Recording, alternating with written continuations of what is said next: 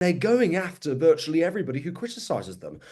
What constitutes extremism according to this government? Well, you know what? I think the government themselves are rather extreme for introducing this sort of quasi-Orwellian method of attempting to control the population effectively. They are attempting to scare the populace into compliance so that nobody tweets out anything rude about the government or questions the official narrative. Breaking right now, a leaked Home Office report has recommended the UK police up their draconian crackdown on free speech by using more non-crime hate incidents as they brand claims of two-tier policing as an example of right-wing extremism. So folks, we're all right-wing extremists now, and maybe we're all about to go to jail. So this dossier was leaked to the Daily Telegraph. It also claimed, and this made me angry, actually, it shows how out of touch these cretinous people behind the report are. It claimed that grooming gangs were an alleged problem, frequently exploited by the so-called far right. So let's just remember that is us, who this report is talking about. This report commissioned by Calamity Cooper, the Home Secretary. And as my friend Adam Brooks put it on X, Keir Starmer and Yvette Cooper are about to see people like me and you labelled as extremists. I think probably the thing I'm most angry about is that the police do not come to your home if it is burgled. The police do not give a damn if you are mugged on the street.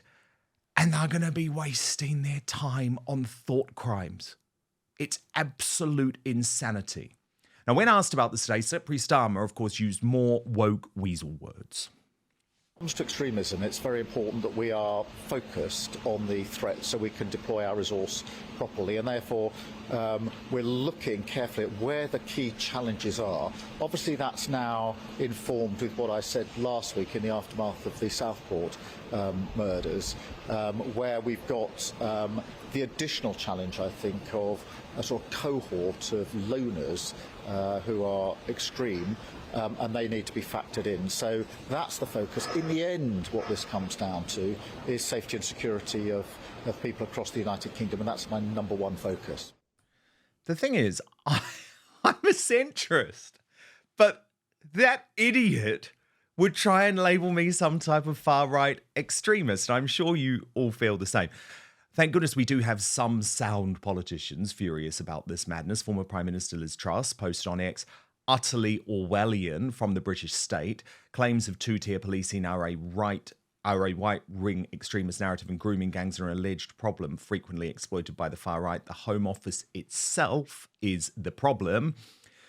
And Robert Jenrick, who is, of course, now the Shadow Justice Secretary for the Conservative Party, said the officials that produce this factually incorrect garbage are unfit to serve the public and they should be fired. And of course, while I completely agree with Robert Jenrick on that, the issue, Patrick O'Flynn, is that the Conservative Party allowed this madness to begin, allowed this crazy concept of non-crime hate incidents, taking away our free speech, wasting police time to become part of a modern police force's role. In 14 years, they didn't do anything to roll back the wokery that was taking over the public realm. So non-crime hate incidents, Suella Braverman tried to narrow the criteria which they could be wielded under, but it looks like Yvette Cooper is going to broaden it out so they're used even more again from now on. But the Conservatives haven't really got a leg to stand on this stuff. And, furthermore, this report was drawn up, I believe, by Home Office civil servants. Now, the Home Office is clearly, it's staffed by people who've come out of universities in the last 15 years, very biased towards the woke liberal left, living in London. They have various networks, such as their Islamic network. There is a groupthink that has taken over the Home Office pretty much from top to bottom in terms of the civil service level. You may remember that there were various policies, for instance, when Priti Patel was Home Secretary around Rwanda, that on the message boards, the civil servants were saying, we won't implement this.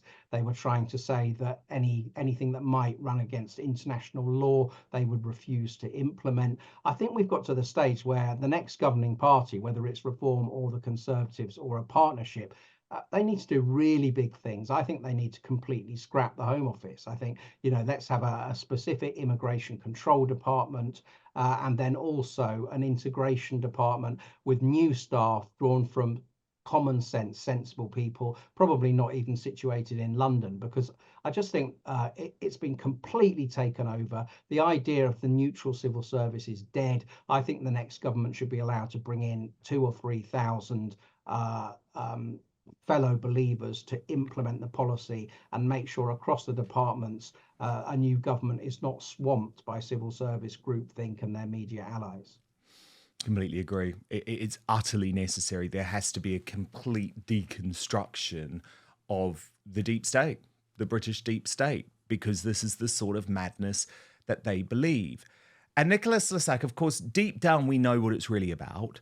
The elite class are so paranoid about what they brand anti-Muslim sentiment that very often they don't want to deal with the reality of what is in front of them. Because I guess it's far more easier to brand someone like you as far right because you might tweet something a little bit punchy. That is so much easier than going after an Axel Rudikabana, downloading Al-Qaeda manuals, making deadly ricin in his bedroom.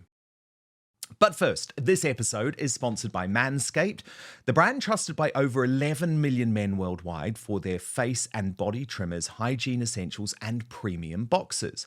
If so many men swear by them, including me, you can bet your Valentine will too. Yes, that's right. Here's your reminder, the countdown to Valentine's Day, ticking down faster than stores slash prices on chocolate on February the 15th. But this time around, come on, don't do chocolate. Don't do flowers for your man. It's time to raise the bar.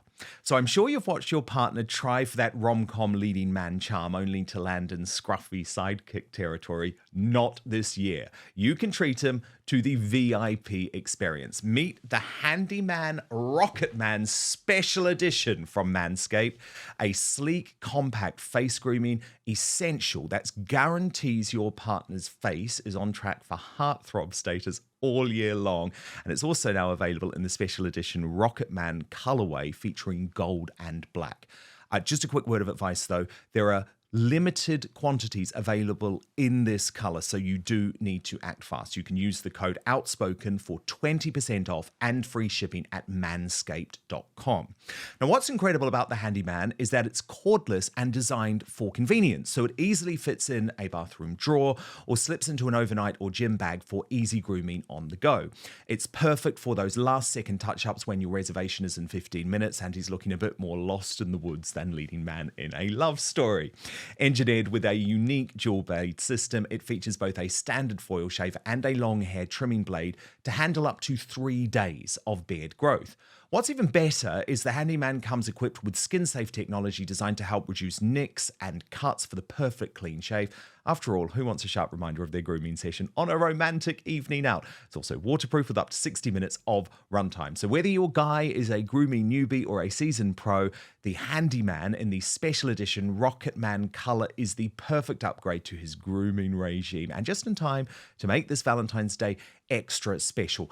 Manscaped has a 30-day money-back guarantee though, so it's completely risk-free. You can use the code Outspoken and you'll get 20% off and free international shipping at checkout. So let me just repeat, manscaped.com, using the code Outspoken for free shipping and a whopping 20% discount on your entire order. This is your reminder to buy your man a good Valentine's Day treat from manscaped.com. But now, back to the show. Well, firstly, these idiots haven't learnt anything from Southport. And I also may as well state the actual far right hate me for some very strange reasons. But This government has proven time and time and time again that they're unwilling to address the real issues at stake here.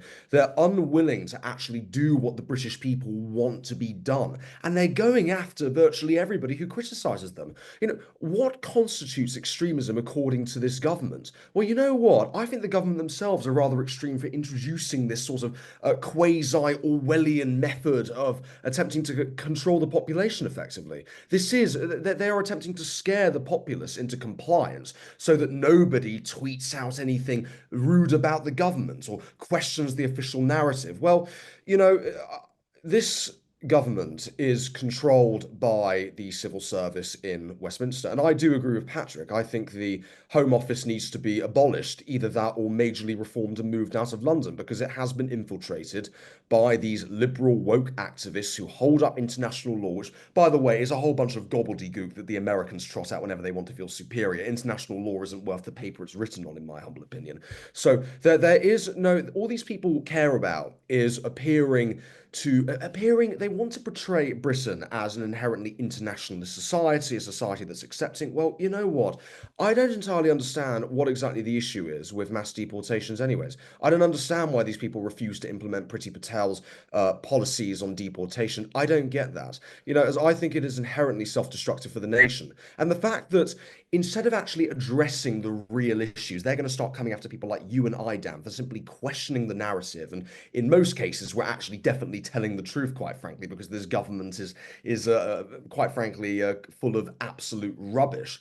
And so I think the government is scared. I think they see that their approval ratings are in the bin and they are really struggling. They're flipping around and they're trying to do everything in their power to stop public discourse. Because you know what? This isn't about keeping society safe. It's about keeping people down. It's about keeping the establishment in power. It's about keeping these people atop their ivory towers, and they do not want to be toppled. So they want to eliminate anybody who has the potential to topple them by scaring them into compliance.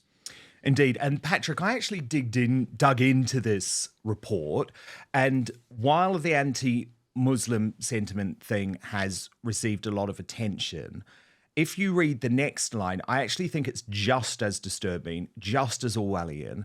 It goes on to say, as well as related anti-government and anti-political correctness narratives. Now, that means anyone who's anti-woke, anyone who is anti-trans extremism, anyone who was anti-lockdown, anyone who was anti-COVID vaccine. I mean, that is literally millions and millions of people who they are dumping into an extremist category.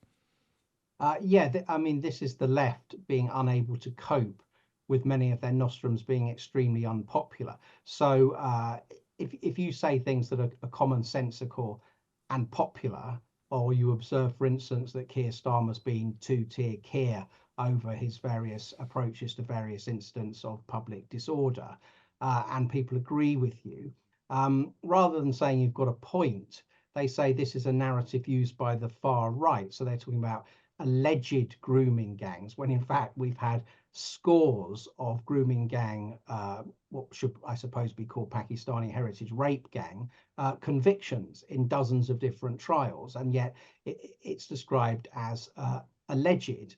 And as I say, anyone who points out the two-tier response of the British state, depending on where the trouble is coming from, again, that's quote a far-right trope. It's this idea that they can use, any argument to go back to saying this person's a threat and needs watching, instead of just being giving people the benefit of the doubt that they are being sincere, and that to question, for instance, on Islamophobia and anti-Semitism, which is where I believe Yvette Cooper is going to expand the use of non-crime hate incidents. I mean, anti-Semitism is hatred of Jewish people for being Jewish, right? But Islamophobia, the government hasn't quite come out with what it means by Islamophobia. If it just means hatred of Muslim people for being Muslim, then that's a parallel. But what it seems to also mean is the ability to criticize some of the key tenets of the belief system, including the treatment of women, the treatment of non-adherents, the treatment of people who were in the faith but defected out of it, the treatment of gays. There's a whole range of things which are backed up in the belief system's key texts, which should be wide open to criticism. But this government is trying to elide the two things of specifically people who pick on Muslims just for being Muslim, with people who say, hang on a minute, this is the fastest growing belief system in our country, and it seems to rely on probably half a dozen key tenets, which at least there's a case for worrying aren't compatible with our way of life and our democracy whatsoever. And that's incredibly dangerous and disempowering. And I think it will produce a backlash where this government, I think, is giving birth to white identity politics in this country by treating the white indigenous just about still a majority. So with such inferiority compared to the minority identity groups who are encouraged to revel in, quote, victim status and point to their inferior position in some woke pyramid and get extra public resources, job opportunities. I think Labour are stoking up the very thing they say that they're appalled about. Oh, they are. Oh, they are indeed. As was Humza Useless, the former First Minister of Scotland, who seemed to think being white and in a job in Scotland was a bad thing. Thank you so much for watching Dan Wootton Outspoken. Please click on my face just to the bottom left to subscribe to this brand new independent news source and turn on the notification bell so you'll be alerted to our brand new live shows, uncancelled interviews, and special royal episodes. Outspoken is also now available as a podcast, so you can listen to the show every weekday on the go, wherever you are.